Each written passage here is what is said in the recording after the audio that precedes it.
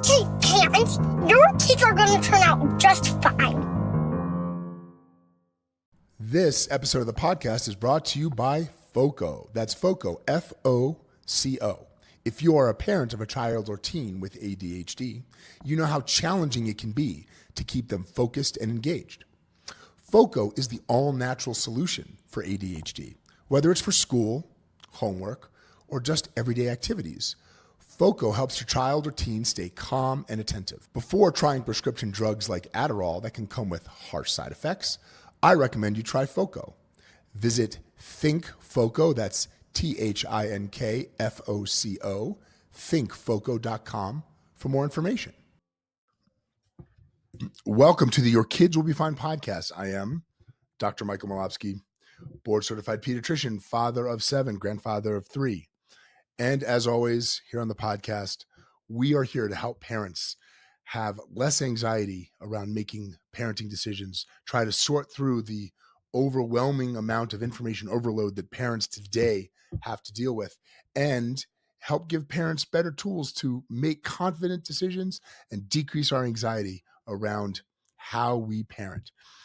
This week on the podcast, we're going to be talking about something that in the mental health world is becoming recognized as a hugely important skill for kids to acquire, and hugely important for adults to be to maximize our success in adult life, and that is emotional regulation.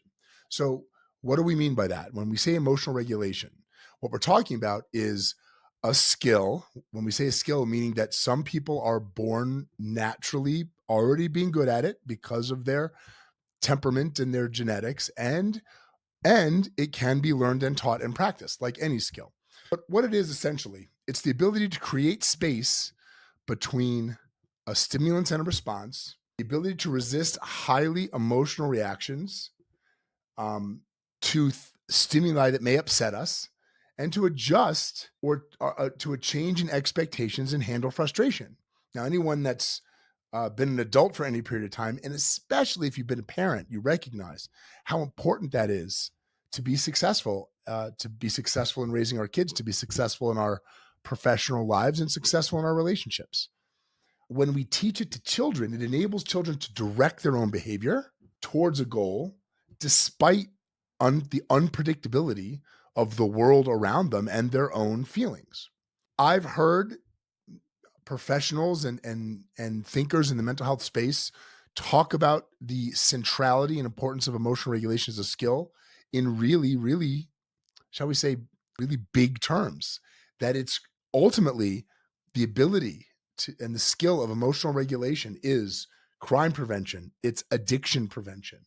It creates a world where people can disagree and still respect one another. So I think that we all agree that in raising kids, this is a hugely important thing to help our kids develop.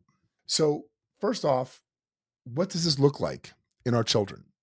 The most important thing to recognize is that emotional regulation differs depending on age and stage. What a 2-year-old is supposed to do with regulating their emotions looks very different than what a 5-year-old or a 10-year-old or a 15-year-old should do. So remember, it's important to have the proper view and context when we're talking about it. 2, that there's a huge variability in terms of individual temperament and personality style. For the members of my audience who have more than one child, you'll probably recognize this, that some babies are extremely easy to soothe. They self-soothe extremely well.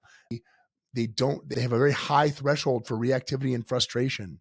They love going into the water and the bath. They fall asleep easily on their own.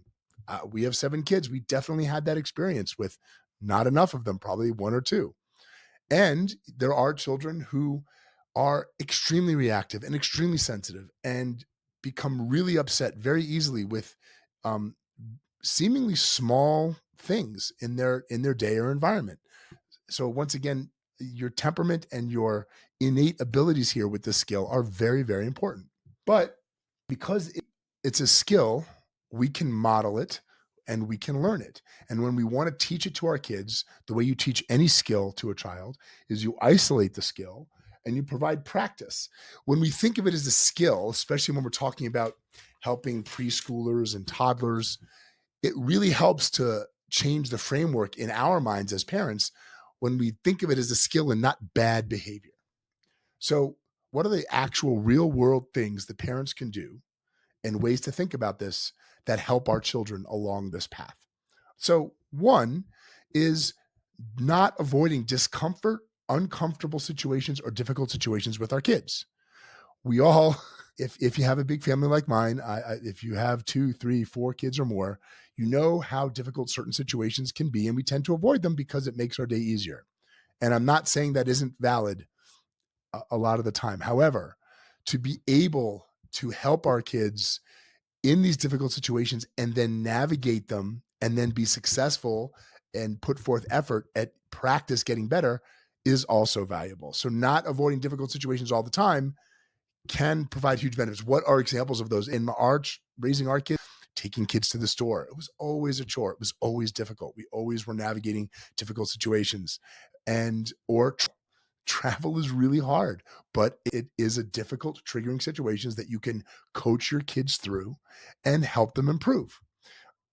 So anything that provides a strong negative emotion or creates strong negative emotions that you can help kids provide a supportive framework. When in a difficult situation, when you're providing a supportive framework, you're helping your child in the moment, giving them feedback in hopefully in theoretically a non-emotional and non-judgmental way, and then praising them for the effort when they try. Another strategy for this is doing like dry runs. Let's talk about going to the store.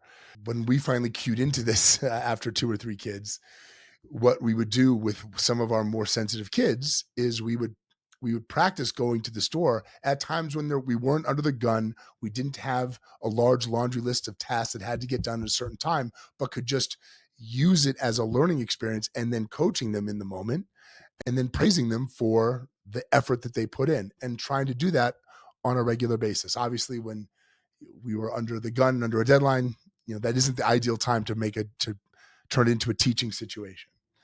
So the whole point of this is helping our kids become self-reflective at difficult times that are triggering and so they can improve on how they react and respond.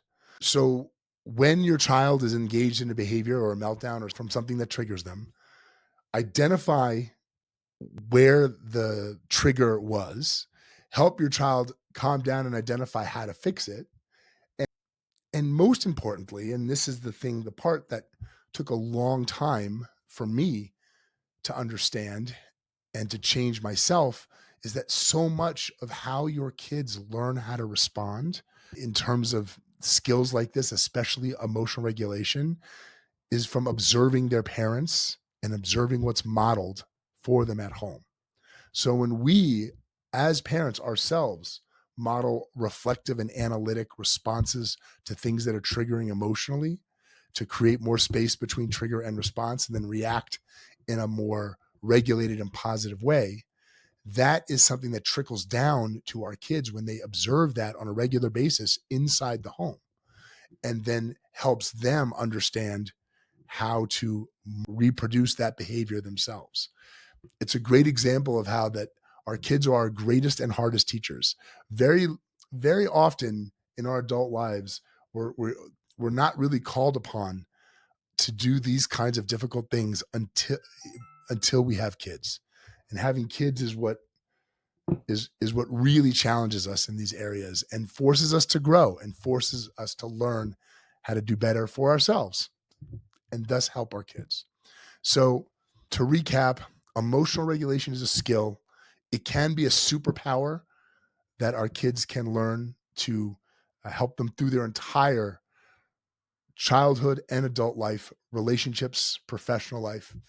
Because it's a skill, there are innate differences between people in terms of how easy these things are for them. And for some people and some kids, it seems very easy and very innate and very natural. And other kids, it's extremely hard and they have to learn it seemingly a lot more as a skill, but it can be taught.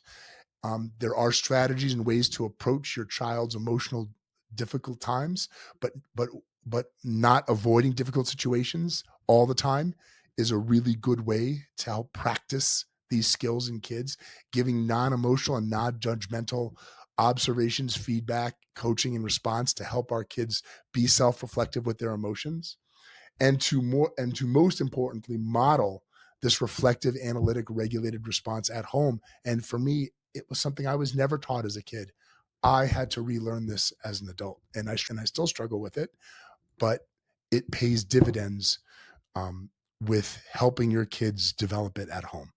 So I hope this helped. Once again, you can find us anywhere you find podcasts, Apple Podcasts, Spotify, or any other podcast platform.